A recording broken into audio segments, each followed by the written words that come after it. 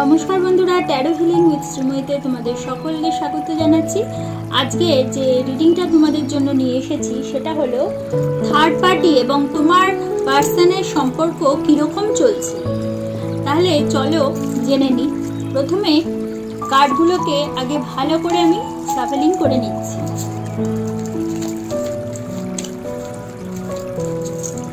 এরপর আমি স্প্রেড করব। তারপর তার থেকে আমি 8টা কার্ড তুলে নেব।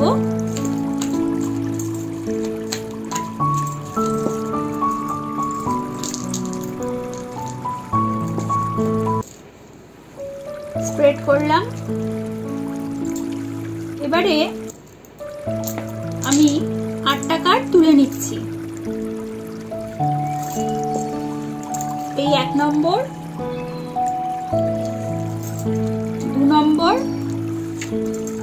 3 নম্বর, 4, 5, 6, 7 আর 8। এবার আমি বাকি কার্ডগুলোকে সরিয়ে ফেলছি।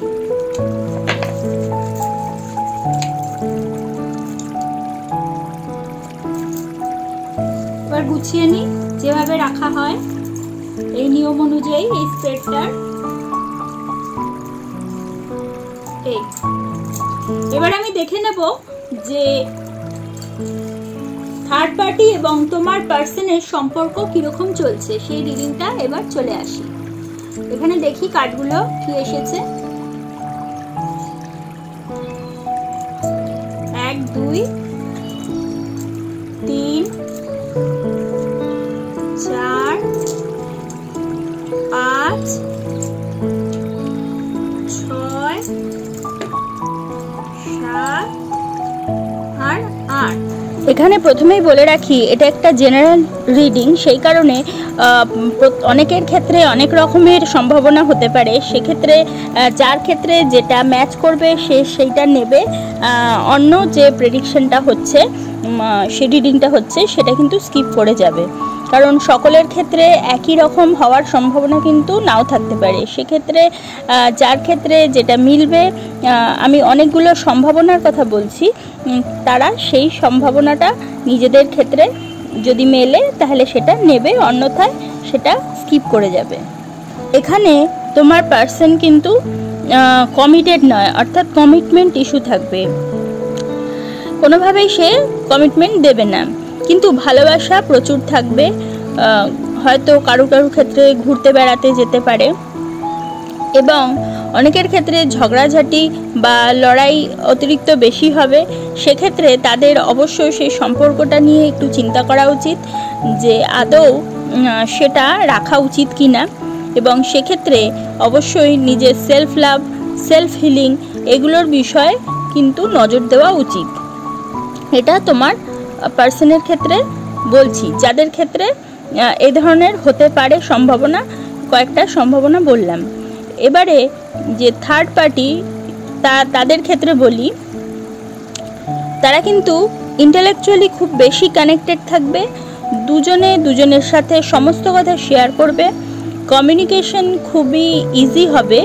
সিরিয়াস টপিক হলেও দুজনে খুব ভালোভাবে কমিউনিকেট করবে। ইমোশনালি ও ফিজিক্যালি যত না কানেক্টেড থাকবে, ইন্টেলেকচুয়ালি খুব বেশি কানেক্টেড থাকার চেষ্টা করবে থার্ড পার্টি। এবং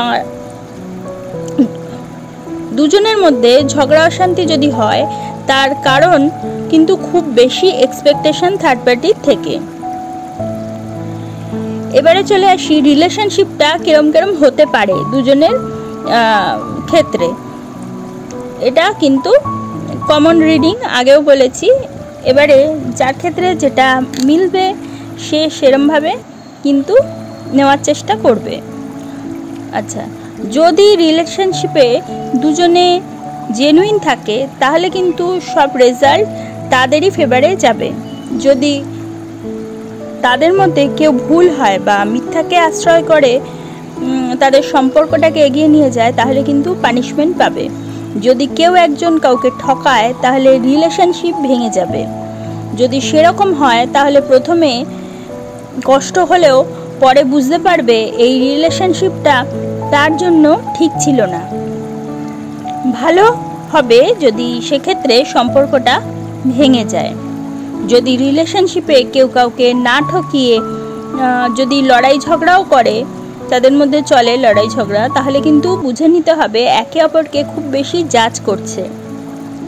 কেউ কারোর কথা শোনে না, বোঝার চেষ্টা করে না। সেক্ষেত্রে যদি দুজনের পাস্ট মিস্টেককে ভুলে যদি ক্ষমা করে দিতে পারে, তাহলেই সম্পর্কটা তাদের ক্ষেত্রে ঠিকঠাক থাকতে পারে। এবারে চলে আসি থার্ড পার্টি তোমার পার্সনকে কীরকম নজরে দেখে। এটাও একটা কমনলি বলার চেষ্টা করছি। এখানে থার্ড পার্টির সাথে তোমার পার্সনের কিন্তু একটা কারুর ক্ষেত্রে খুশিতে থাকা বোঝাচ্ছে। কারুর ক্ষেত্রে যদি কথাবার্তা নাও চলে, তবে কিছুদিনের মধ্যে কিন্তু কন্ট্যাক্ট করবে। যদি লড়াই ঝগড়া চলেও তা ঠিক হয়ে যাবে। হয়তো তারা কোনো হলিডে প্ল্যান করতে পারে, কোনো ট্রাভেলের কথা ভাবতে পারে, এমনকি লং ডিস্টেন্স রিলেশনশিপেও কিন্তু কারুর ক্ষেত্রে দেখা যাচ্ছে রয়েছে। সেক্ষেত্রে সেখান থেকে তারা কিন্তু রিলেশনশিপটা মেনটেন করার চেষ্টা চালিয়ে যাওয়ার কথা ভাবছে। এবারে চলে আসি তোমার পার্সন তাকে কি নজরে দেখে। তোমার পার্সন থার্ড পার্টিকে ছাড়তে চাইছে বা সম্পর্কটা শেষ করতে চাইছে, বা থার্ড পার্টির থেকে কোনো ধরনের রিজেকশন হওয়ার সম্ভাবনা কিন্তু কারুর ক্ষেত্রেও রয়েছে। তোমার পার্সন খুব এটা কিন্তু ফিল করে। থার্ড পার্টির সাথে খুব লড়াই ঝগড়া কিন্তু তার হওয়ার সম্ভাবনা, দুজনের মাঝে মাঝে এগেনস্টে কথা বলার কিন্তু সম্ভাবনা রয়েছে। এবারে ফিজিক্যাল অ্যাসপেক্ট অফ রিলেশনশিপের বিষয়ে আসি। এখানে দুজনে ফ্যামিলিগত কারণেই হোক বা আর্থিক বিষয় চিন্তা করেই হোক, কোনোভাবে এই দুটোকে ব্যালেন্স করার চেষ্টা করে চলেছে। আবার কারুর ক্ষেত্রে তোমার পার্সন ও থার্ড পার্টি দুজনেই তাদের পার্সন এবং থার্ড পার্টির মধ্যে কম্পেয়ার করে সম্পর্কটাকে টেকানোর চেষ্টা করছে। কোনোভাবে একটা কম্প্যারিজন বোঝা যাচ্ছে, অথবা কোনোভাবে জাগলিং বা ব্যালেন্স করার চেষ্টা করে চলেছে। কোনো দিক দিয়ে কোনো কিছু ব্যালেন্স করার অবশ্যই এখানে চেষ্টা চলছে। ফিজিক্যাল অ্যাসপেক্ট পর্যন্ত হয়তো সেইভাবে পৌঁছাতে পারেনি কারুর ক্ষেত্রে, সেটা আমার মনে হচ্ছে। এখানে এবার জেনে নেব কোথা থেকে এই রিলেশনশিপটার তৈরি হয়েছে বা এসেছে, সেটার একটা ধারণা করব। তোমার পার্সনের কাছে থার্ড পার্টি খুবই পছন্দের একজন, যিনি তার ব্যক্তিগত স্থানকে মূল্য দেয় এবং অন্যান্য মানুষের সীমানাকে সম্মান করে। সে নিচু হতে জানে না বা সকলের মাঝে স্নেহ প্রদর্শন করতে জানে না, তবে সে অবিশ্বাস্যভাবে একনিষ্ঠ, দয়ালু, প্রেমময়, যার ফলে তাদের মধ্যে একটা সম্পর্ক গড়ে উঠেছে বা গড়ে উঠেছিল। শেষের যে কার্ডটা উঠেছে সেখান থেকে বোঝা যাচ্ছে যে তাদের সম্পর্কটা কোথায় গিয়ে দাঁড়াবে বা কি চলছে তাদের মধ্যে।